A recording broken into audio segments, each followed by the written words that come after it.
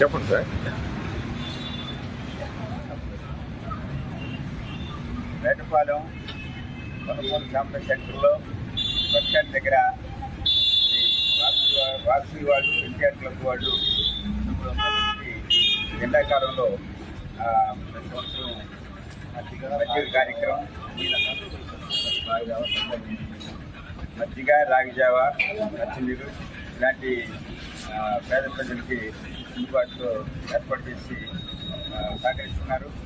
చదివించడం వల్ల ఎక్కువ మందికి ఉపయోగపడుతుంది.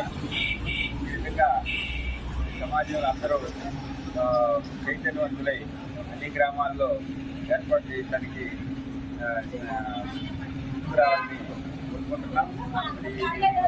కేటీఆర్ ప్రత్యేక అభినందనలు తెలియజేస్తూ ఈ యొక్క హ్యూమన్ రైట్స్ బాపట్ల జిల్లా సెక్రటరీగా పల్లపూర్ నాగమనరావు తెలియజేస్తున్నాను.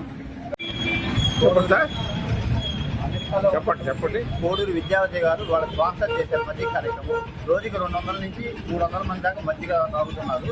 ప్రతి ఒక్కళ్ళు పాల్గొంటారు. దీంట్లో వాసవి క్లబ్స్, తర్వాత వాసవి మహిళా సంఘం, తర్వాత ఎన్టీఆర్ విద్యా కమిటీ, ఎన్టీఆర్ సేవా సంఘము నిర్మాణ కమిటీ వాళ్ళు కూడా, లేడీస్ క్లబ్ వారు కూడా దీంట్లో పాల్గొంటారు.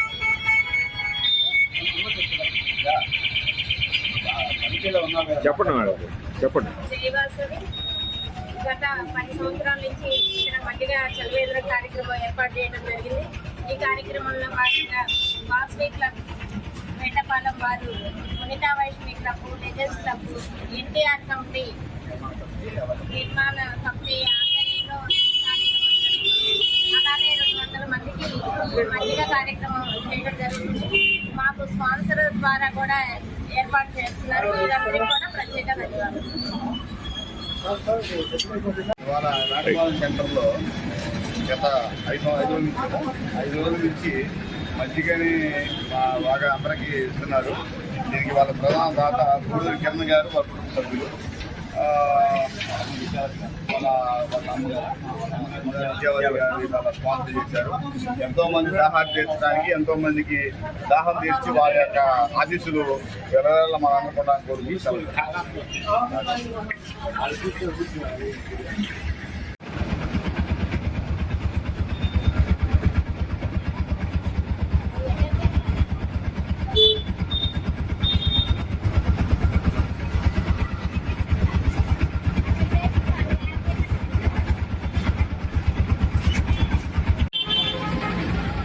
వేటపాలెం పల్లపూలు సాంబయ్య సెంటర్లో రజక సంఘం తరఫున చలివేంద్రం ఏర్పాటు చేయటం పేద ప్రజలకి, ప్రయాణికులకి, బాక్సార్లకి ఎంతో సౌకర్యంగా ఉంటుంది.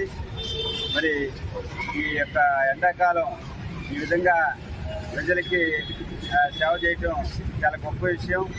మరి ఇంకా దాతలు అనేక చోట్ల ఇట్లా ఈ విధంగా ఏర్పాటు చేసి ప్రజలకి మేలు చేయాలని కోరుతున్నాం. మరి హ్యూమన్ రైట్స్ బాపట్ల జిల్లా సెక్రటరీగా పల్లపూర్ నాగమనరావు నేను తెలియజేస్తున్నాను. సమాజంలో ఎంతో మేలైన విషయం.